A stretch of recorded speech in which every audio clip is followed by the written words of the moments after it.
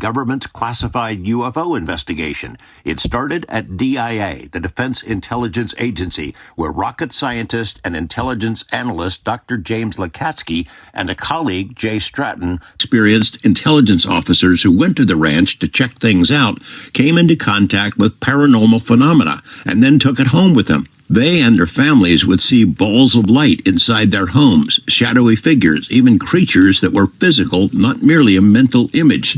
After one investigator returned from the ranch to his East Coast home, his entire family was bedeviled by orbs and what they described as a wolf that walked on two legs. The one here in the Washington area, and that's why you have to say paranormal. I mean,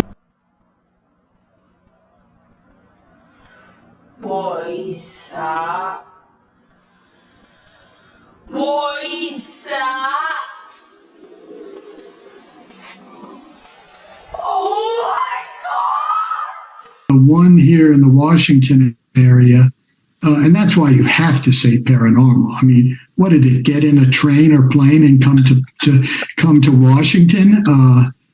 It left deep scratch marks on the tree it was resting against. There was physical evidence. After the existence of AAWSAP was first reported by us, I could see from my organization the threat potential, and we weren't covering many of the things you were observing. Strange creatures. I mean, think of inducing these, what might be called illusions by some people, into an enemy force. We wanted to learn what can be weaponized here. Lacatski and Stratton put together a program which DIA approved. The acronym was AAWSAP. Senator Harry Reid helped secure the funding, and Bigelow Aerospace was the contractor. 50 full-time investigators were hired, obtained top-secret security clearances, and went to work. The main focus was UFOs and UFO technology, but one smaller focus was measurable health effects on people who encountered a UFO and were physically harmed or developed rare diseases, including psychological effects. That allowed AAWSAP to cast a wide net and to report seemingly outlandish stories about creatures, poltergeist-type activity, and other weirdness. Dr. Lacatski says that AAWSAP created a massive database of UFO accounts, but the witnesses were typically reluctant to admit that they had also had paranormal experiences after encountering UFOs. But the fact that some of these are physical, I mean, there are measurable physical effects from some of these encounters. For example, the one investigator who he and his family saw this werewolf thing. I mean, it was physically interacting with the environment. It made things move, right? And it also, the one here in the Washington area, and that's why you have to say paranormal. I mean, what did it get in a train or plane and come to Washington? It left deep scratch marks on the tree it was resting against. There was physical evidence, and there is also out in the surrounding areas and on the ranch physical evidence. There's no two ways about that.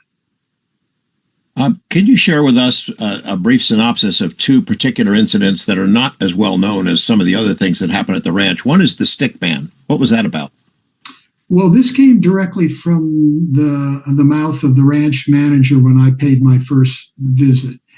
She said, oh, by the way, and this was after she was describing other things, the stick man, she said, would appear in the living room and move over to the dining room where we were sitting, close by, but would suddenly appear, walk over, and she said, and I questioned whether I would be scared or not, but it's very thin, black stick man.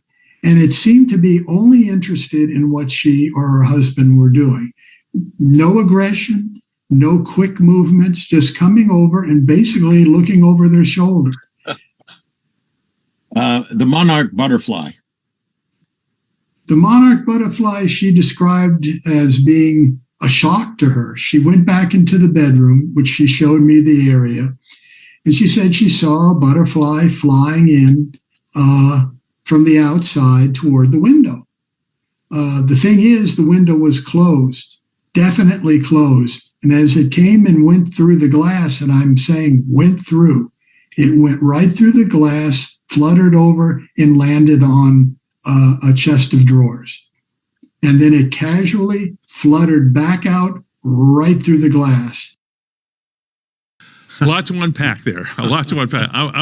And we noticed that Native Americans were much more open about describing phenomenon, but it was generally because, I think it's generally because they had large amounts of relatives, family members, friends, also witnesses.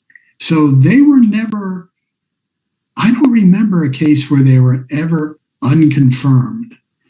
There was always something that there was someone else who saw the same thing, either simultaneously or later on. So they were more open, but there were others.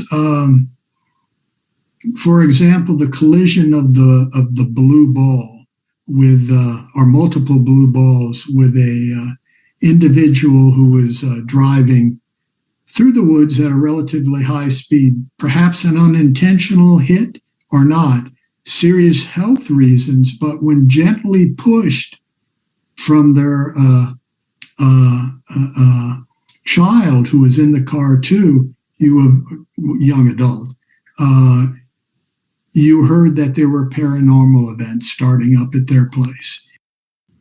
Maybe I don't want to go there.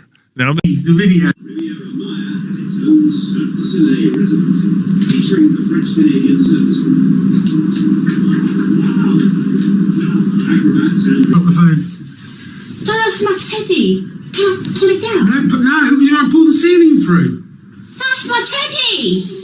Look. How do you know it's your Because I teddy? mark it with a K and a love heart. Where's the cane on the foot? There. You can, yeah. Oh, yeah.